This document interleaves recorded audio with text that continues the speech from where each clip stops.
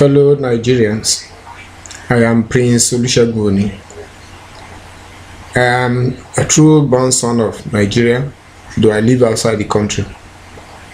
I've seen what is going on in my country. Me and my colleagues, we got together and we decided we should not fold our hands, but try our possible best to contribute to the development of our country. And that is the reason why we established Initiative for True Development of Love for Nigeria. It is a group of fellow Nigerians that want to show the world that they care about their country. It is a group of fellow Nigerians, male, female, north, south, east, west, that have come together to show that they can provide a better alternative, a better system of government for Nigerians' welfare and well-being. We have set out our plans and we have created a political arm of the Initiative for Development of True Love for Nigeria. That particular division is known as United Social Democrats Party of Nigeria. We will be registering that group, the USDP, with INEC very soon in the new year, as we are preparing to meet all the conditions set by INEC. Fellow Nigerians, take a good look at your country. If you have not been outside Nigeria, check on the news, on Sky, on all broadcast media, and see the developments going on all over the world in other countries. Look at these developments in terms of health, in terms of economy, in terms of social, in terms of agriculture, in terms of housing and transport, in terms of resource development, in terms of human resources development, and compare with what applies in Nigeria today. You will discover that Nigeria is nowhere. We are lacking behind. It's as if we are in the 18th century. Our country has not moved on. Why? It's because we have bad leadership. We have leaders who don't seem to care. We have leaders who have gone abroad, who have seen all the developments all over the world, but don't seem to care. The majority of them are selfish, are self-centered. All they want is to become the richest man, the richest woman in the world, having billions, having private jets, having aeroplanes, flying all over the world, enjoying their best, having the best, living in opulence, while millions of people are living close to their building and dying in hunger and poverty. While children cannot afford, parents cannot afford to send their children to school, these people are billionaires. They are making the nation dry. They are tapping our oil money and sharing between them, and not putting in place infrastructures and services that can at least make life better for the people. These are the issues why we see and we say, well, it is time for us to redress all these issues. There should be equality. The nation's resources belong to all of us. It doesn't belong to a group of people. The fact that we have sent them there to govern us does not give them the privilege to amass wealth at our expense. The fact that we have sent them to serve us does not mean we should become their servants while they are the masters. The reverse should be the case. They are our servants. We are the people who gave them the privilege to go into power on our behalf. So if they are there on our behalf, it is their obligation to serve us, to do good things that we will not regret sending them there. But we have seen back in Nigeria now, we have seen that all over the country, the moment these people become elected and they get into office, they forget their roots to us. They become wealthy overnight. They build mansions.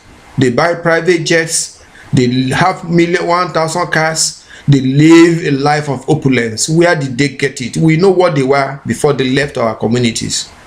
We know who they are before they left our communities. We know what they were doing before they were appointed.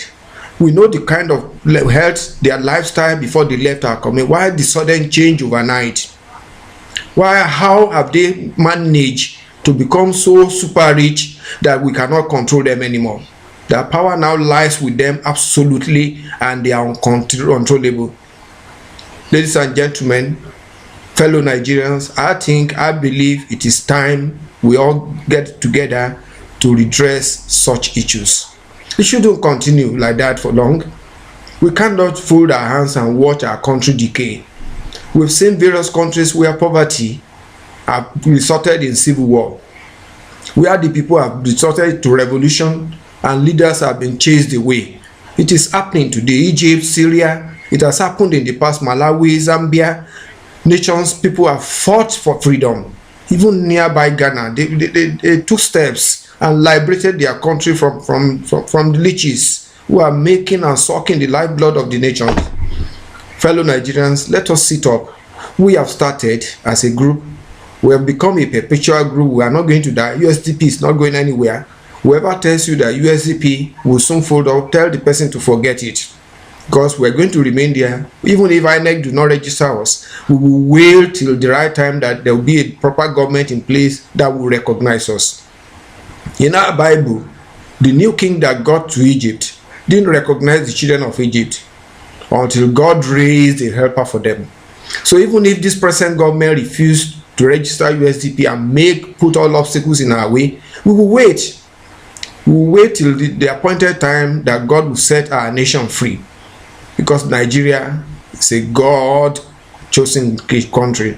It's a nation created by God, not by us. Lugard may think it is his own handwork. It is not Lugard's handwork. It is the handwork of God. And three has always been the best in terms of standing. The Father, the Son, and the Holy Spirit. Check the Bible is there. And Nigeria is made of north, east, and west. So it is standing. It cannot be shaken. It cannot perish. Nigeria will remain forever. And so those who want to ruin Nigeria are the ones that will leave. Those who want to make Nigeria become a bad nation, those who want to make life hard, are making life hard for our people, are the ones that will leave. Nigeria will survive. Nigerians will survive. They will live quality life. We will have good roads. We will have adequate electricity. It will never fail. We will have pipe-borne water to every homes. Electricity will be the electricity cut will be a thing of the past. Nigeria will develop into a big country, into a great country. Check it. Look at it. All resources of the world are available in Nigeria. Name it. Name the resources. Name the human resources. In terms of population, we are formidable. We are more than formidable. We are a great country with over 180 million people living in Nigeria. Not to talk of Nigerians living outside Nigeria. Now, check the resources of the nation. Bitumen, uranium, limestone, petroleum, gold, all the minerals that can be used for development are in abundance in our country. What is happening to them? Who are the ones making use of these resources to their own advantage? In terms of housing, we are nowhere to be found. Millions and millions of people are homeless. They have no decent accommodation. They cannot eat 3 square meals. In terms of agriculture, Nigeria used to be a big agricultural country in the past. I still remember the cocoa plantations. I still remember the groundnut in the north. We are bringing every resources for the country. The country was depending on groundnut, cocoa, rubber in the past before the discovery of petroleum. Now things has changed. The dependence is on petroleum. States no longer go into agriculture. They no longer care about transportation for resources, for revenue.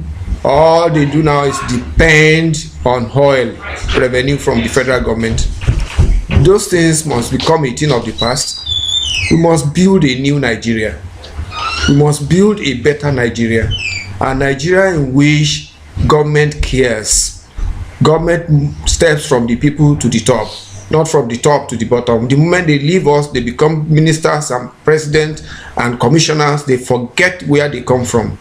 We're going to change that. Power will radiate from the top, from the bottom to the top, not from the top to the bottom, because power belongs to the people. Fellow Nigerians, I repeat, United Social Democrats Party of Nigeria is a welfare party. It's a caring party. It's not a young party. It's a caring, it's a people who care their party. They care, they want to put in place structures, infrastructures, name it, all kind of welfare programs that will make life easy. And don't think we can't do that. We can, because the resources are available in our country. We just need to make adequate use of them and turn them into resource, into revenue, so that we can fulfill all our programs. We have technocrats. Nigeria is blessed with human resources, name it. Go all over the world today, most of the inventions that you see being invented all over the world, at least out of 10, 3 will originate from Nigerian engineers, agriculturists, and technocrats all over the world. So fellow Nigerians, be prepared, as we are prepared and dedicated and determined that your country will become one of the best countries in the world. I have with me a lot of engineers, technocrats, economists, agriculturists, pharmacists, industrialists, businessmen, women, traders, farmers, students who are ready to work for a better Nigeria. Have a blessed Christmas. God bless you. God bless Nigeria.